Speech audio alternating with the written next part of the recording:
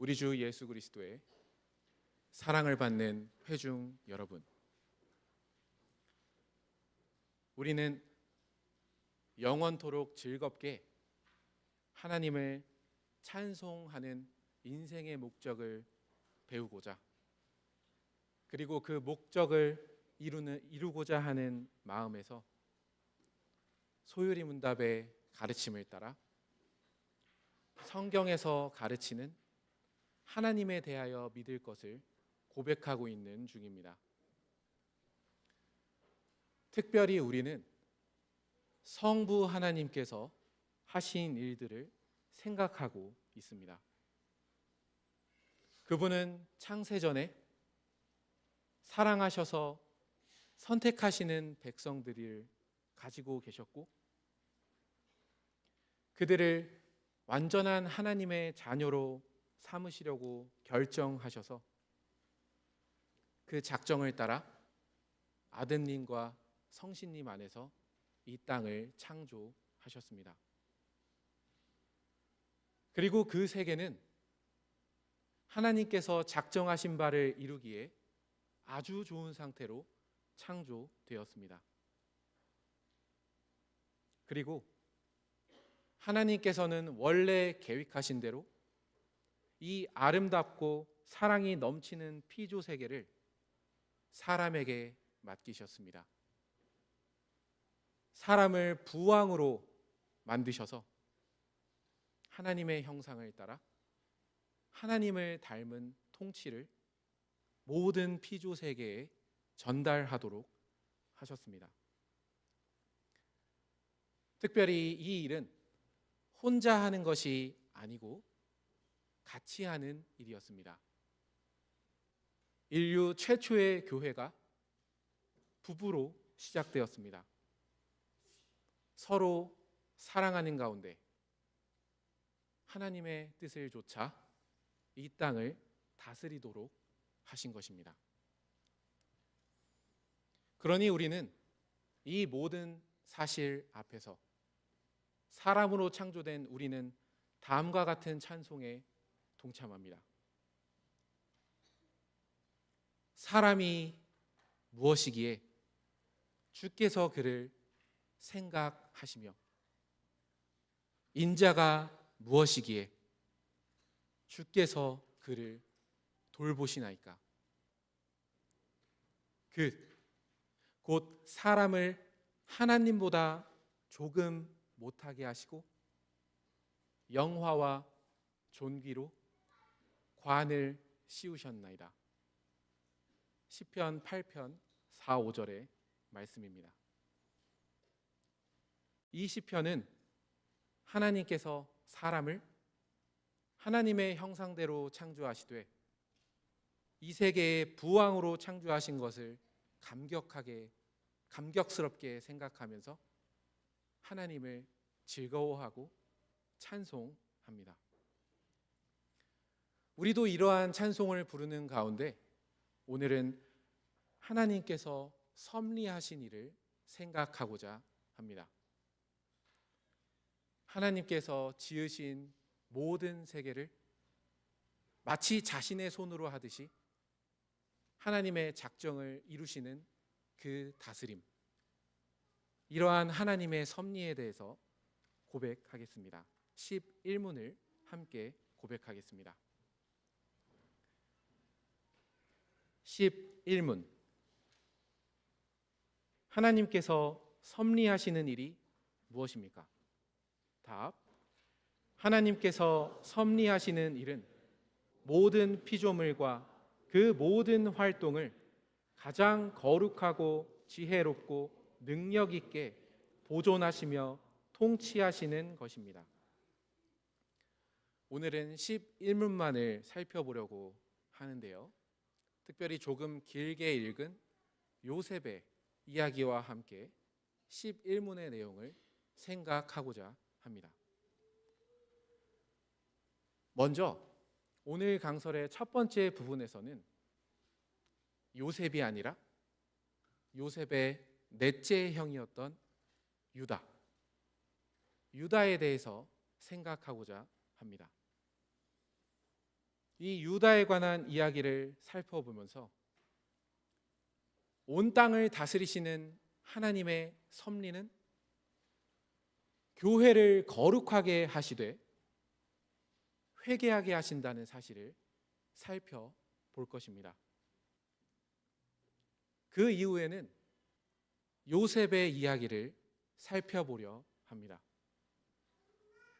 이 요셉의 이야기를 살펴보면서 온 천지를 다스리시는 하나님의 섭리는 교회를 사랑하게 하시되 특별히 용서하게 하신다는 것을 살펴보고자 합니다. 먼저 유다의 이야기를 함께 살펴보겠습니다. 사랑하는 어린이, 청소년 신자 여러분, 아마 여러분은 부모님이 읽어주시는 어린이 성경을 통해서 요셉이란 사람에 대해서 한 번쯤은 들어보셨을 것입니다. 요셉은 형들이 많았습니다. 그런데 그 형들과 사실 그렇게 좋은 관계를 유지하지는 않았습니다. 아버지였던 야곱은 자기가 가장 사랑했던 아내 라헬의 아들이었던 요셉을 편애하였기 때문입니다.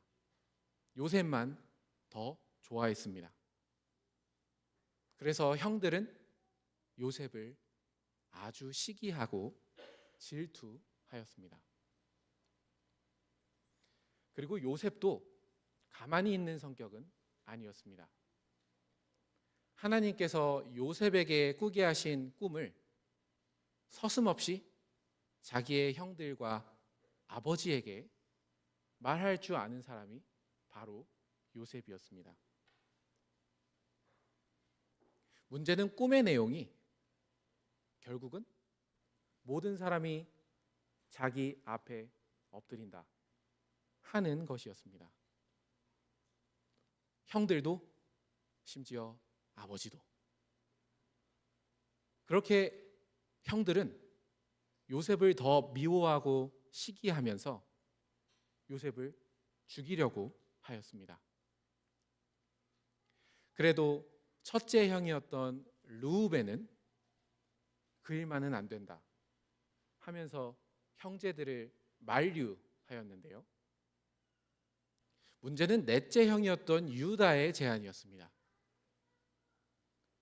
유다는 아주 자기중심적이고 속물적인 사람이었습니다. 그래서 이렇게 말합니다. 죽여봤자 뭐가 나오냐? 팔자. 자기의 동생에게 이러한 생각을 했습니다. 그리고 더 충격적으로는 형들이 그 제안을 받아들였다는 것입니다. 그래서 요셉은 이집트로 가는 상인들에 의해서 이집트로 팔려갑니다. 당시 유다는 정말로 구약교회 안에 있으면서도 그 백성답게 살지 못하고 있었습니다. 하나님을 믿지 않는 친구와 어울리면서 술을 과도하게 즐겼으며 하나님을 믿지 않는 가나안 여인과 결혼하기를 서슴지 않았습니다. 한마디로 그의 모든 삶은 하나님과 관계가 없었습니다. 이렇게 하나님께서 멀어진 사람은 자기중심적이고 이기적인 죄를 통제할 길이 없어서 형제에 대해서도 그렇게 잔인하고 속물적인 생각을 하게 된 것입니다. 지난주에 우리는 하나님의 형상대로 창조받은 사람이 이 피조세계나 일상적인 생활에서 보여야 하는 태도는 이타적인 태도라고 이야기하였는데요. 타락한 후에 어느 정도 시간이 지난 이때 유다의 모습을 보면 이타적인 게 아니라 가장 극악하게 이기적인 모습을 관찰하게 됩니다. 겉으로 보기에 교회를 다닌다고 할지라도 그의 삶이 실질적으로는 하나님과 관계가 없다면 함께 교회를 이루고 있는 사람에게 얼마든지 이렇게 잔인하고 악한 일을 할 수 있다는 것을 우리는 여기에서 두려운 마음으로 보게 됩니다. 그러니 우리는 하나님께서 그분의 거룩하신 말씀으로 우리를 계속해서 사랑 가운데 거룩하게 해주시기를 늘 바라고 바랄 뿐입니다. 그런데 이렇게 이기적이었고 잔인했던 유다가 오늘 본문을 보면 가장 이타적이고 희생적으로 변해 있습니다. 요셉을 죽여봤자 뭐하냐, 돈이라도 받자 하던 그 사람이 이제는 베냐민을 살리기 위해서 차라리 나를 잡으십시오 하면서 자신의 생명을 걸고 있습니다.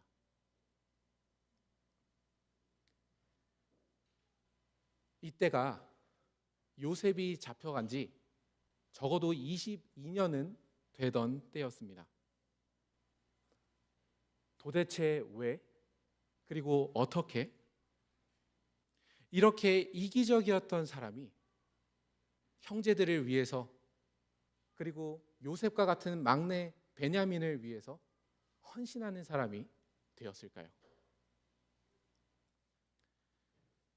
유다의 일생을 보면 하나님께서 찾아오셔서 그가 정말로 잘못 살고 있다고 알려주신 일도 있었지만, 특별히 오늘 본문에서는 유다가 아버지를 이야기합니다.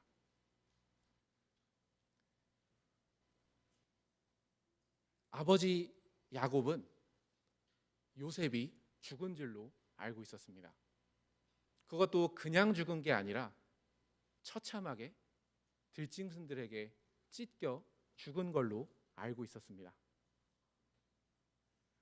그렇기에 야곱은 겨우겨우 살고 있었습니다. 오늘 창세기 44장 27절로 29절을 다시 한번 보겠습니다. 이것은 베냐민을 다시금 데려가려고 할 때 야곱이 한 말입니다. 주의 종 우리 아버지가 우리에게 이르되 너희도 알거니와 내 아내가 내게 두 아들을 낳았으나 하나는 내게서 나갔으므로 내가 말하기를 틀림없이 찢겨 죽었다 하고 내가 지금까지 그를 보지 못하거늘 너희가 이 아이도 내게서 데려가려 하니 만일 재해가 그 몸에 미치면 나의 흰머리를 슬퍼하며 스올로 내려가게 하리라 하니. 야곱은 생기를 잃고 살아간 사람입니다. 가장 사랑했던 그 아들이 가장 비참하게 죽은 줄 알고서 그 인생이 마지못해 연명하는 삶이 되었습니다. 그런데 하나님께서는 바로 이 유다에게 그렇게 생기를 잃어가고 마지못해 사는 아버지 야곱을 바라보게 하시면서 회개하게 하셨습니다. 이것은 하나님의 은혜였습니다. 방금 읽은 27절에서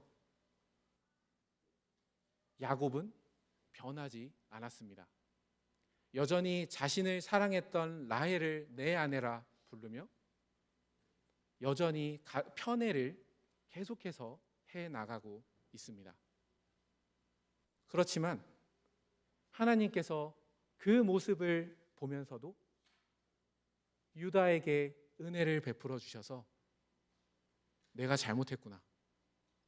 내가 동생에게 6계명을 어기면서도 동시에 5계명, 곧 부모님을 공경하라는 그 계명도 어겼다라는 것을, 물론 이땐 10계명이 주어진 때는 아니었지만 자신의 삶을 돌아보게 하신 것입니다. 그렇게 22년이라는 그 긴 시간 동안 하나님께서는 유다를 회개하게 하셨습니다. 그러나 죄를 뉘우친 사람은 반드시 행동으로 그 열매를 보입니다. 마음으로만 잘못했다 하는 것이 아니라 정말 변화된 모습을 보입니다. 그리고 유다가 이렇게 죄를 뉘우쳤다는 사실이 그의 행동에서 나타난 것입니다. 요셉이 하나님의 지혜를 따라 이 형제들에게 회개할 기회를 주었을 때 유다는 서슴지 않고 나를 잡아가십시오. 베냐민 잡아가지 마십시오. 그러면 저희 아버지 죽습니다.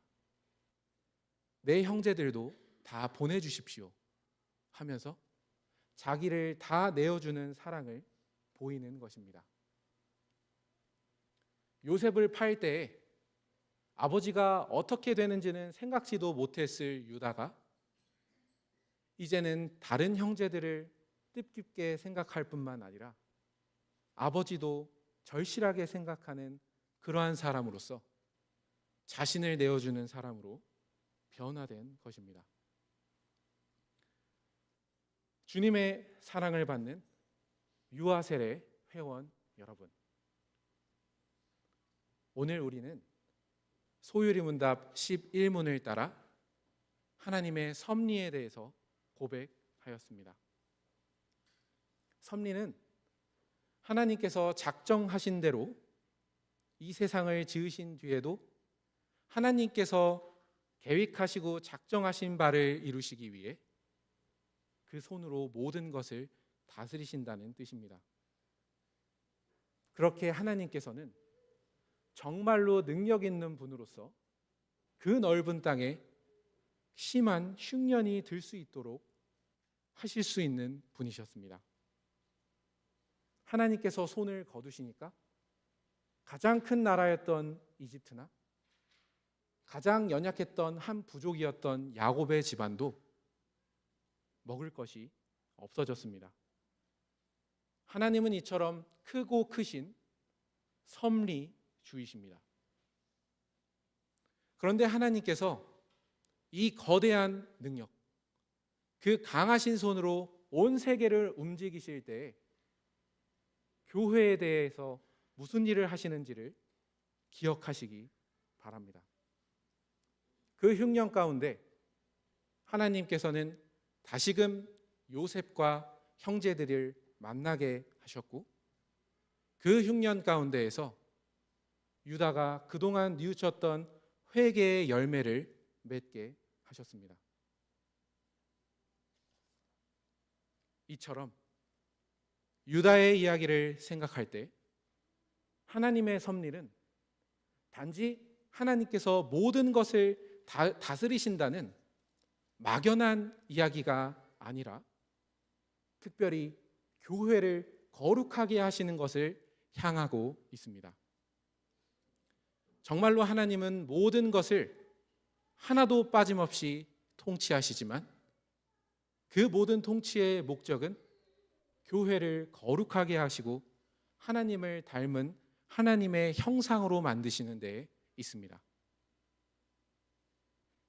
오늘 우리의 요리문답에선 가장 거룩하고 지혜롭고 능력 있게 보존하시며 통치하신다는 표현이 나오는데, 참으로 넓고 넓은 지역을 그 뜻대로 통치하시는 이 하나님은 능력이 있으시며 그 흉년 가운데에서도 그 백성을 회개하시는 분이시기에 또한 지혜로우신 분이십니다. 그렇게 하나님께서 그 계획 가운데 그 부족하고 자기중심적이고 잔인했던 교회의 지체들을 회개하게 하시고 거룩하게 하시기 때문에 과연 하나님의 섭리는 거룩하지 않을 수가 없습니다.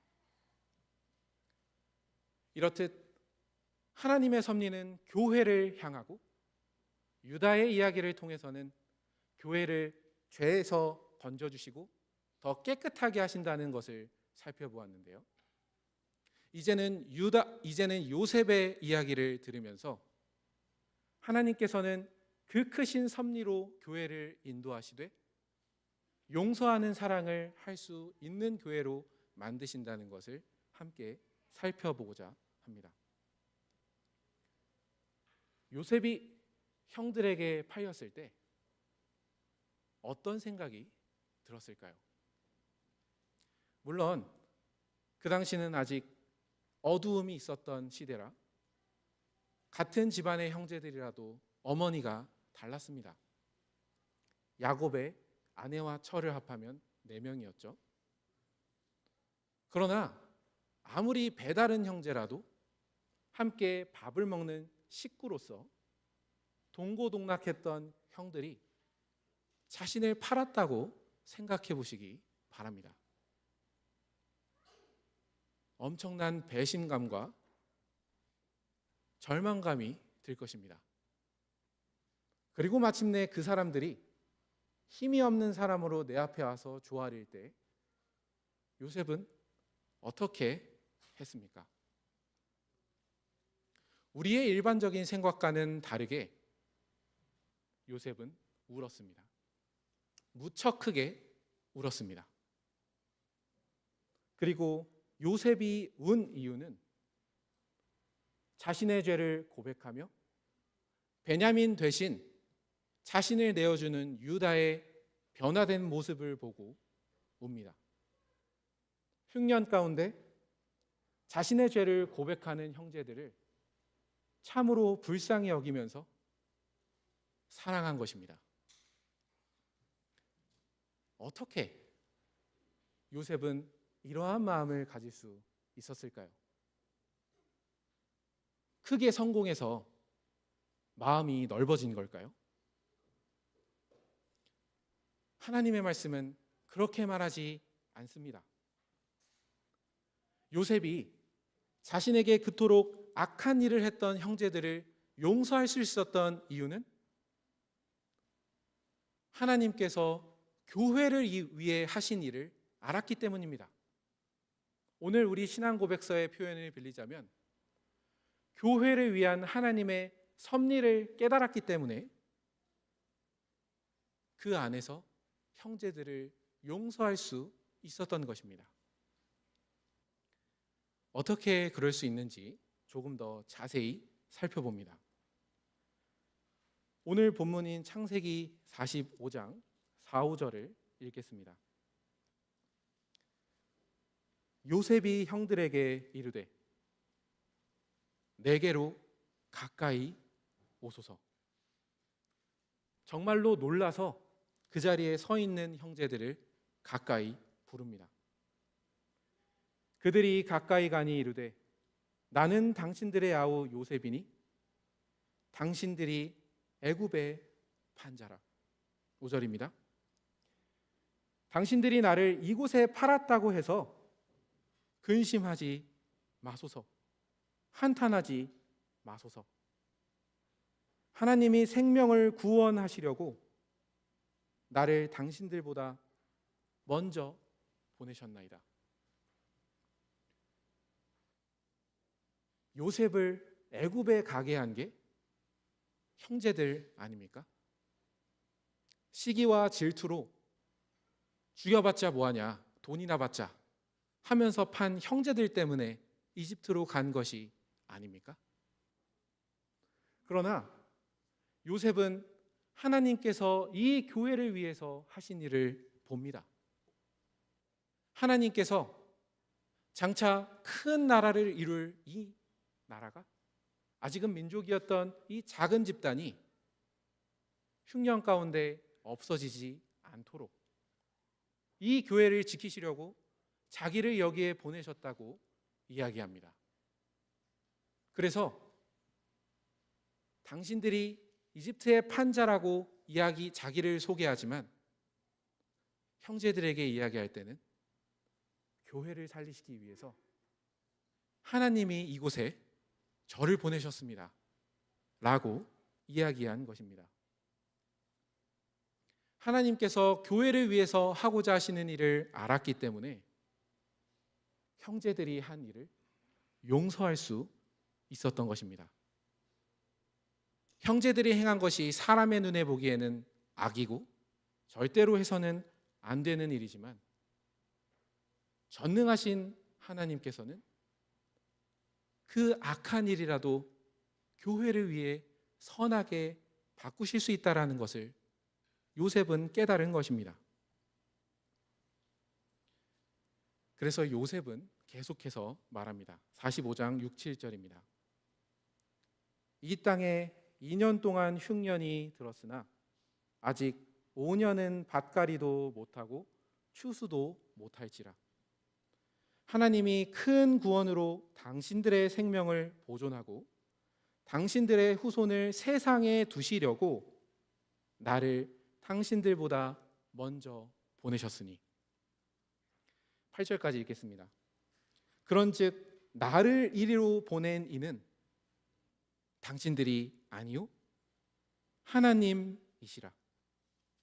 하나님이 나를 바로에게 아버지로 삼으시고 그 온 집의 주로 삼으시며 애굽 온 땅의 통치자로 삼으셨나이다. 요셉이 이렇게 용서할 수 있는 사람이 된 것, 유다의 회개가 용서를 받은 이유는 하나님께서 그 교회를 불러주신 그 사람이 하나님께서 하시는 일을 깨닫게 하시는 데서 출발하였습니다.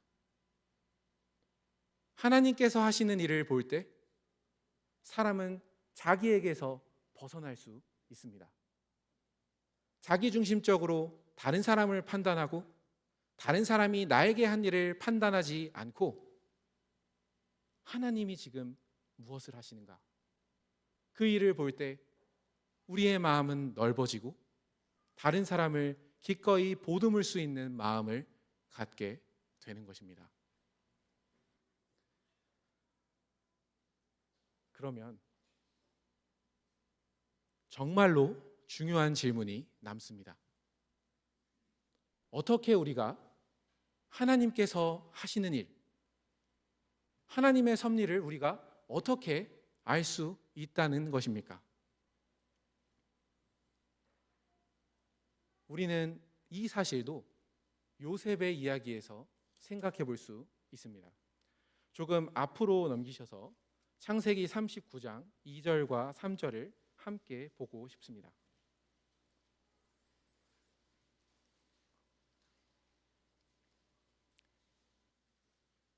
요셉이 이집트로 팔려간 뒤에 어떤 일이 벌어졌는지 한번 보겠습니다. 2절입니다. 39장 2절과 3절을 먼저 읽습니다.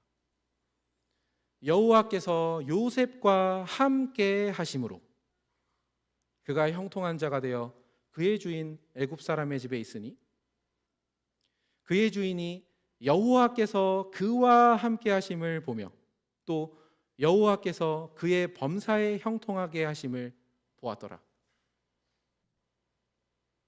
하나님께서는 이 교회를 지키시기 위해서, 그리고 이 교회를 지키시는 가운데 더욱 거룩한 교회를 만드시기 위해서 요셉을 이 땅에 이집트로 보내신 것입니다. 그런데 하나님의 말씀은 계속해서 하나님께서 요셉과 함께 하셨다는 것을 강조하고 강조합니다. 보디발의 집에 팔려갔을 때 또한 어떠한 일이 벌어졌는지를 5절에서 또 보겠습니다. 그가 요셉에게 자기의 집과 그의 모든 소유물을 주관하게 한 때부터 여호와께서 요셉을 위하여 그 애굽 사람의 집에 복을 내리심으로 여호와의 복이 그의 집과 밭에 있는 모든 소유에 미친지라. 계속해서 요셉을 쓰시려는 하나님께서는 요셉과 함께 하시며 그와 동행하셨습니다. 보디발의 아내에 의해서 누명을 쓰고 감옥에 갇혔을 때에도 이 사실은 계속해서 반복됩니다. 21절과 23절을 읽습니다. 여호와께서 요셉과 함께 하시고 그에게 인자를 더하사 간수장에게 은혜를 받게 하시매 간수장이 옥중 죄수를 다 요셉의 손에 맡김으로 그 재반 사물을 요셉이 처리하고 간수장은 그의 손에 맡긴 것을 무엇이든지 살펴보지 아니하였으니 이는 여호와께서 요셉과 함께 하심이라. 여호와께서 그를 범사에 형통하게 하셨더라. 여호와께서 계속해서 요셉과 함께 하셨습니다. 요셉이 이집트에서 계속해서 승승장구했던 것은 마침내 그 사람을 이집트의 총리 자리로 올리기까지 하나님께서 계속해서 곁에 계시며 섭리하신 결과였습니다. 그리고 이렇게 함께 하시는 하나님을 요셉은 또한 계속해서 의지하였습니다. 요셉은 그 어려운 상황 속에서도 자신과 함께 하시는 하나님을 자신의 삶에서 경험하면서 그분께 늘 기도로 나아갔습니다. 그가 어떠한 태도로 살았는지를 창세기 41장 16절에서 볼 수 있습니다. 이것은 바로가 그 당시 꿈을 해석하지 못하고 있을 때 요셉을 불러 꿈을 해석해 줘라 라고 얘기했을 때 요셉이 한 대답입니다. 16절입니다. 요셉이 바로에게 대답하여 이르되 내가 아니라 하나님께서 바로에게 편안한 대답을 하시리이다. 요셉은 스스로 꿈을 해석할 때에도 자신이 한 것이 아닙니다. 하나님께 기도하였고 하나님께서 말씀하시는 것을 전해 주었을 뿐입니다. 그는 그렇게 기도함으로써 늘 하나님과 동행하였습니다. 그리고 그렇게 동행할 때마다 이전에 꾸게 하신 그 희한한 꿈, 모든 형제와 아버지와 그 사람들이 자신 앞에 엎드리게 하신 그 꿈의 의미를 기억하고 있었을 것입니다. 그렇게 요셉은 하나님의 말씀을 기억하면서 하나님께 기도하는 삶을 살았습니다. 이러한 친밀한 교제 가운데 있었기 때문에 그는 하나님께서 하시는 일을 알 수 있었던 것입니다. 바로 이러한 사람, 곧 하나님께서 사랑하셔서 함께 하시는 사람, 그리고 그러한 하나님을 믿으며 늘 기도로 동행하는 사람, 그렇게 하나님의 말씀을 의지하면서 늘 하나님의 말씀을 마음에 품는 사람, 그 사람이 하나님의 일을 깨달을 수 있습니다.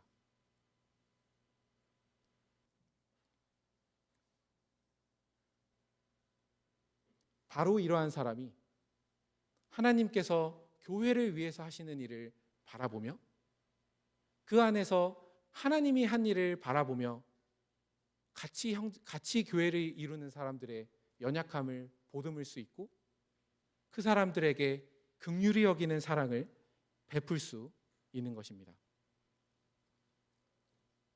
이렇게 하늘의 하나님께서는 자신의 교회를 보존하고 통치하시되 그 안에 있는 주님의 백성들이 더욱더 죄를 벗고 회개하면서 또한 그렇게 용서를 구할 때 용서를 받게 하시면서 더욱더 주님을 닮은 공동체로 세워주십니다. 이 일을 위해서 이집트뿐만 아니라 이스라엘에도 큰 영향을 미치는 흉년을 내리셨고 그렇게 주님의 교회를 하나님의 형상을 담도록 더욱 섭리하여 주신 것입니다. 그러니 우리는 하나님의 섭리를 생각할 때 큰 것부터 작은 것까지 하나도 남김없이 그 손에 쥐시고 통치하시는 그분을 바라볼 때 그 통치의 중심이 교회를 향한다는 것을 깨닫습니다. 그렇기에 우리는 웨스트민스터 신앙고백서 제5장 7절에서 하는 고백을 하나님의 말씀에 따라 즐거이 아멘 하면서 고백하게 됩니다. 함께 주보에 있는 주보 3페이지에 있는 웨스트민스터 신앙고백서 제5장 7절을 고백하도록 하겠습니다. 7절 시작. 하나님의 섭리가 일반적으로 모든 피조물에 미치듯이 하나님께서는 아주 특별한 방식으로 자기의 교회를 돌보시며 모든 것이 교회의 유익이 되게 배정하십니다. 그러니 하나님의 그 크신 섭리를 생각하실 때 그 모든 섭리가 주님께서 사랑하시고 택하신 이 교회를 향한다는 사실을 잊지 마시고 그 아버지의 손길만을 의지하시기 바랍니다. 마치면서 조금 더 생각할 주제로 요셉이 꾼 꿈에 대해 생각합니다. 요셉은 모든 별들이 자기에게 절하는 것, 모든 볕단들이 자신에게 절하는 꿈을 꾸었습니다. 그리고 이 일은 마침내 흉년이 들어서 총리가 된 요셉에게 일어났습니다. 모든 민족이 요셉 아래 허리를 조아렸고 고개를 조아렸고 무엇보다 같은 교회를 이루고 있는 형제들이 엎드려 음식을 구했습니다. 권위가 있고 그 아래 절하는 그림이 실현되었습니다. 그러나 그 구체적인 모습을 생각해 보시기 바랍니다. 절을 받는 그 사람, 모든 사람의 존경을 받고 특별히 형제들의 회개를 받으면서 그 절을 받는 요셉이 어떠하였습니까? 하나님께서 하시는 일을 보고 그 사람들을 용서하였습니다. 이 절함은 강압적이고 억압적인 절이 아니라 주님께서 세우신 그 권위가 주님의 사랑을 베푸는 가운데 그 아래에 있는 교인들도 함께 자신의 죄를 자백하며 용서받고 용서하는 그러한 모습이었습니다. 요셉의 꿈은 이러한 방식으로 실현되었습니다. 그리고 지금 우리는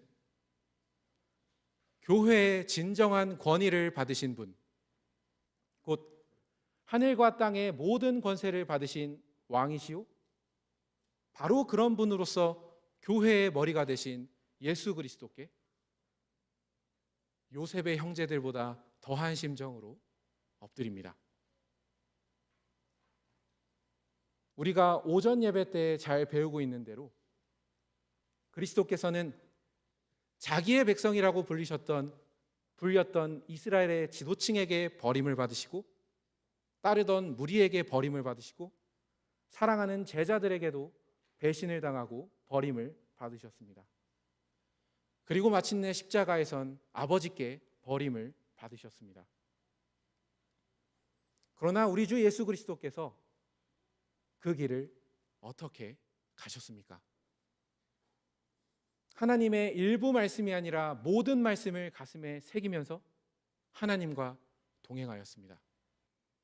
그리고 그 말씀이 자신이 받아들이기 힘든 무게감을 가질 때에는 계속해서 기도하셨습니다. 그렇게 하나님의 말씀과 그리고 하나님께 드리는 기도로 예수님께서는 교회를 위한 하나님의 섭리를 받아들이셨습니다. 자신이 죽는 것이 교회를 살리는 것이라는 아버지의 뜻을 알고서 죽기까지 순종하셨습니다. 하나님의 일을 아셨기에 예수님께서는 우리의 모든 죄를 해결하실 수 있었습니다. 그리고 우리는 그렇게 십자가에 달리셨다 죽으시고 장사되셨던 바로 그분께서 이제는 부활하셔서 하늘에 오르시고 보좌 우편에 앉아 계신 것을 고백합니다. 그리고 그 앞에 엎드려 우리의 죄를 자백하며 용서를 구합니다.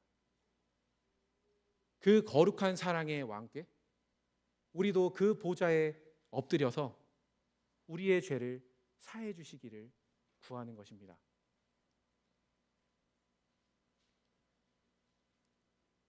보좌 우편에 앉으신 그리스도를 바라보는 사람은 또한 보좌에 앉으신 이를 바라봅니다. 보좌에 앉으신 하늘의 아버지께서는 이제는 그리스도 때문에 우리의 신실한 아버지가 되어주시는 전능한 하나님이십니다. 머리털 하나도 그분의 뜻이 아니면 떨어지지 않습니다.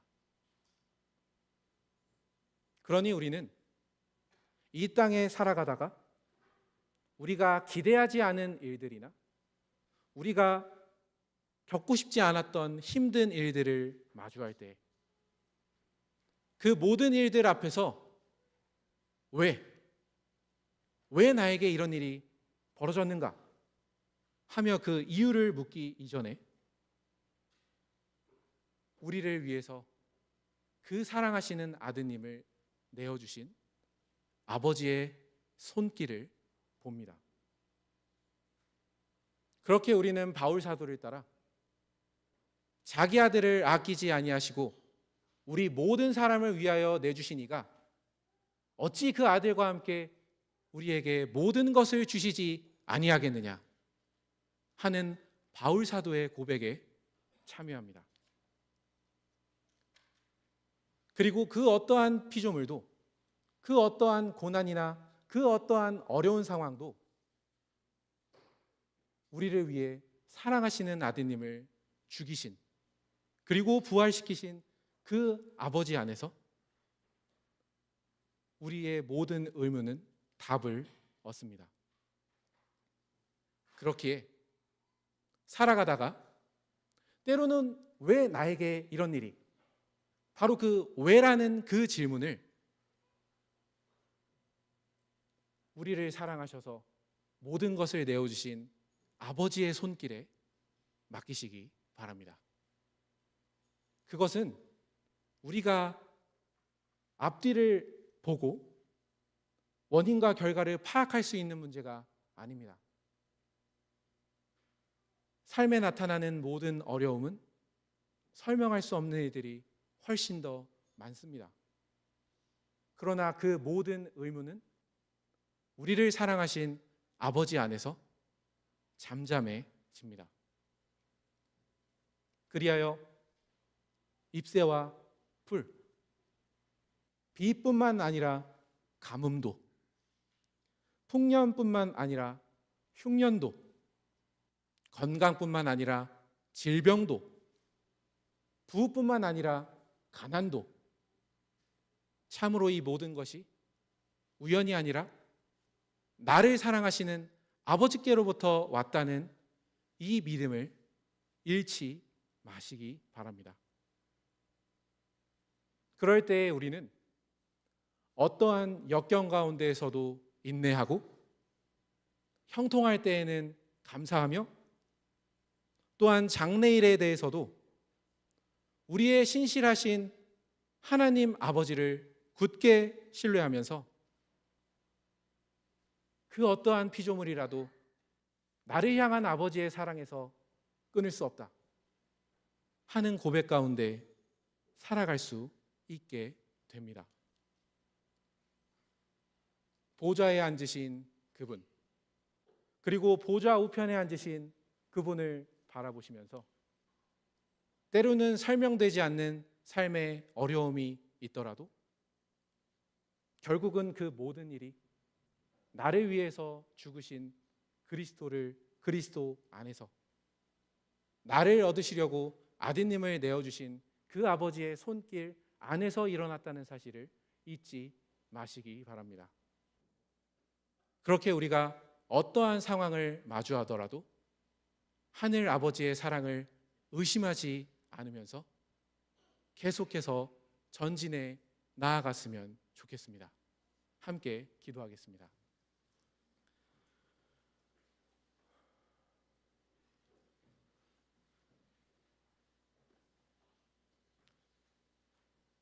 하늘에 계신 우리 아버지,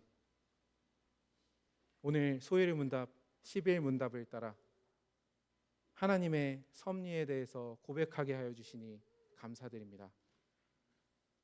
특별히 웨스트민스터 신앙고백서 5장 7절의 고백대로 하나님께서는 정말로 이 땅의 모든 것을 통치하시고 돌보시는 분이시지만 그 모든 일의 목적은 주님의 교회를 하나님께서 작정하신 대로 거룩하게 만드시고 하나님을 닮게 하시는 데 있음을 배웁니다.